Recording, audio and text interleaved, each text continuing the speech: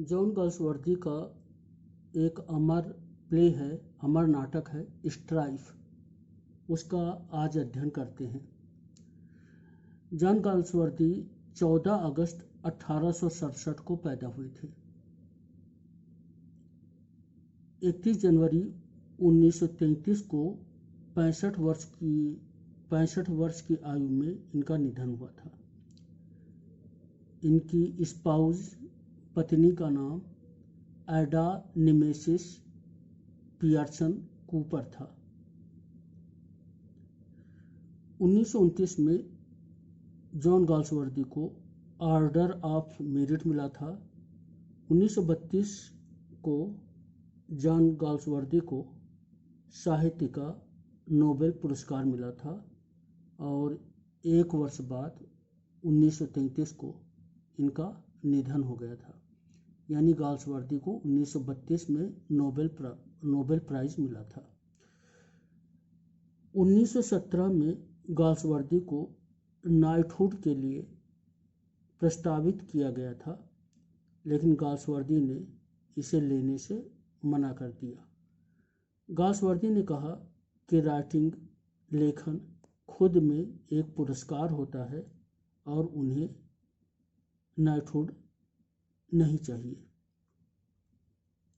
Strife John Galsworthy 1867-1933, birth 14 अगस्त 1867, death 31 जनवरी 1933, aged 65, spouse एडा nemesis Pearson Cooper, honours 1929 order of merit, 1932 Nobel Prize in Literature. Galsworthy refused knighthood for 1917, saying that writing in itself its own award. अब strife जो इनका play है 3 act का, उसे देखते हैं। Strife a drama in 3 act 1901। The play shows conflict between the capital and labor class। जो strife नाटक है इसमें पूंजीवादी वर्ग यानी पूंजीपति लोगों का जो वर्ग होता है और जो मजदूरों का वर्ग होता है उनके बीच में संघर्ष दिखाया गया है। यानी वर्ग संघर्ष है, एक तरफ पूंजीवादी लोग हैं और दूसरी तरफ मेहनतकश मजदूर लोग हैं। 02 to the capitalist class belongs to John Anthony, chairman of the Trenartha tin plate works.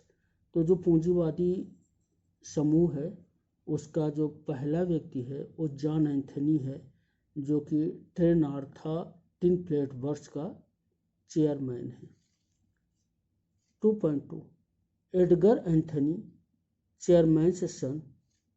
Edgar Anthony जो कि बोर्ड ऑफ डायरेक्टर्स में एक डायरेक्टर है और वो जॉन एंथनी का लड़का है। 2.3 Frederick H Wilder, director. William Scantlebury, director. Oliver Wanklin, director. 3 the workman committee consists of. तो जो वर्कर्स लोग हैं, जो मजदूर लोग हैं, उनके समूह में कौन कौन है? डेविड रॉबर्ट्स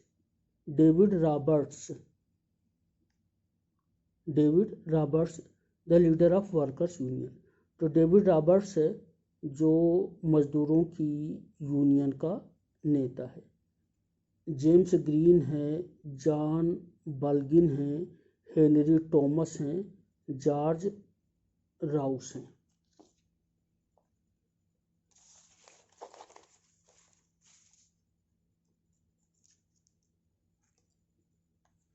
आज की कहानी समझते हैं। Plot story. Trenartha tin plate works company England तथा वेल्स के बॉर्डर पर स्थित है। ट्रेनार्था कंपनी में महीनों से हड़ताल चल रही है। मैनेजर अंडरवुड के घर बोर्ड मीटिंग होती है। तो जो ट्रेनार्था टिन प्लेट्स कंपनी है, इसका मैनेजर का नाम अंडरवुड है। Underwood Trenartha tin plate work company का मैनेजर है। मिसेज अंडरवुड कंपनी के चेयरमैन एंथनी की पुत्री हैं। तो जो अंडरवुड है, जो कि कंपनी का मैनेजर है, वो चेयरमैन का दामाद है। John Anthony board of directors का चेयरमैन है। 78 वर्ष का, पुराने ख्यालों का, जिद्दी अड़ियल आदमी है। ओल्ड स्कूल ऑफ बिजनेस से संबंधित है।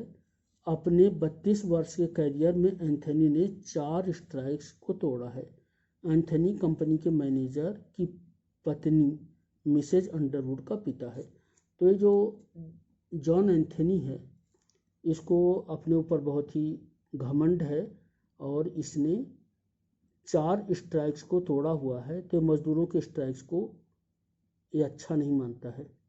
मिसेज अंडरवुड कंपनी के चेयरमैन, मिसेज अंडरवुड कंपनी के मैनेजर की पत्नी चेयरमैन की पुत्री हैं।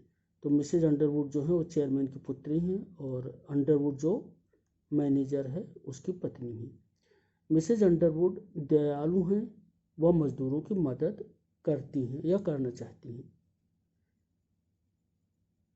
साइमन हार्नेस एक ट्रेड यूनियन का ऑफिशियल है। साइमन हार्नेस ने वर्कर्स तथा डायरेक्टर्स के मध्य कंप्रोमाइज के लिए कुछ बातें रखी थीं। समझौते को किसी ने नहीं माना। तो एक पात्र है साइमन हार्नेस। तो साइमन हार्नेस जो है वो मजदूरों और मिल मालिकों के बीच में समझौता कराना चाहता था, लेकिन उसकी बात दोनों ने नहीं मानी।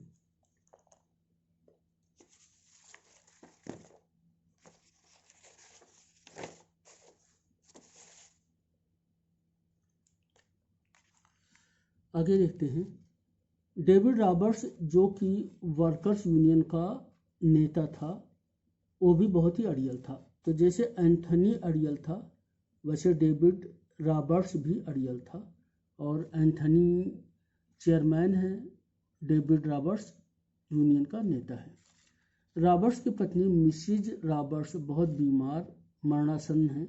मिसिज रॉबर्ट्स मिसिज अंडरवुड की पूर्व मेड हैं। तो जो डेविड रॉबर्ट्स है, जो कि मजदूरों का नेता है, उसकी पत्नी का नाम मिसिज रॉबर्ट्स है। और मिसिज रॉबर्ट्स जो हैं, वे जो मिसिज अंडरवुड हैं, इनकी पूर्व मेड हैं, यानी इनके यहाँ मेड का काम या एक नौकर का काम करती थी। और मिसिज अंडरवुड इस तरह मिसिज रॉबर्ट्स की परिचित हैं और वो मिसिज रॉबर्ट्स की सहायता भी करना चाहती हैं, क्योंकि उनका स्वभाव क्या है, दयालु है। उधर मिसिज रॉबर्ट्स बहुत ही बीमार हैं और मरणासन्न हैं। मिसिज अंडरवुड मिसिज रॉबर्ट्स उनकी पूर्व मेड के घर जाती हैं उनकी मदद के लिए, यानी मिसिज रॉबर्ट्स की मदद के लिए वे उनके घर जाती हैं।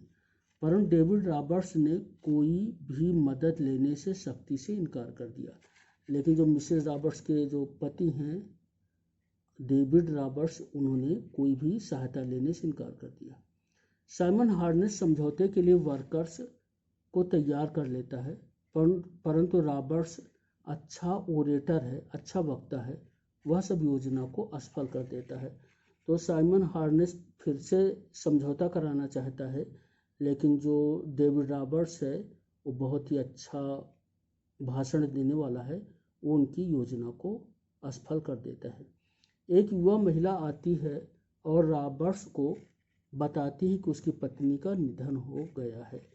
इसी बीच में जो डेविड रॉबर्ट्स है, उनकी जो पत्नी मिसेस रॉबर्ट्स है, उनकी मृत्यु हो जाती है।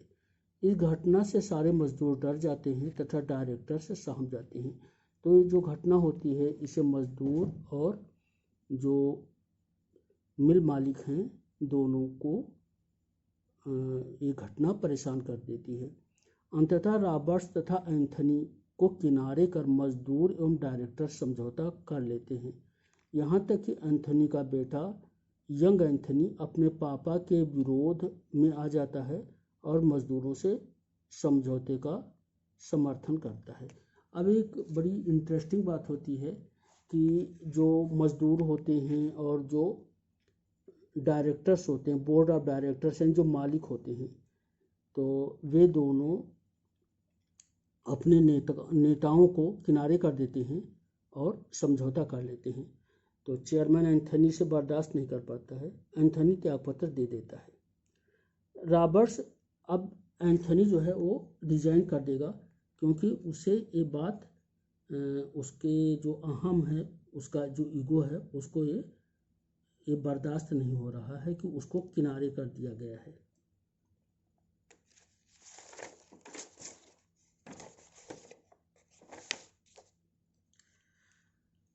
अब इस समझौते के खुशी में या समर्थन में एक अंडरवुड के घर में एक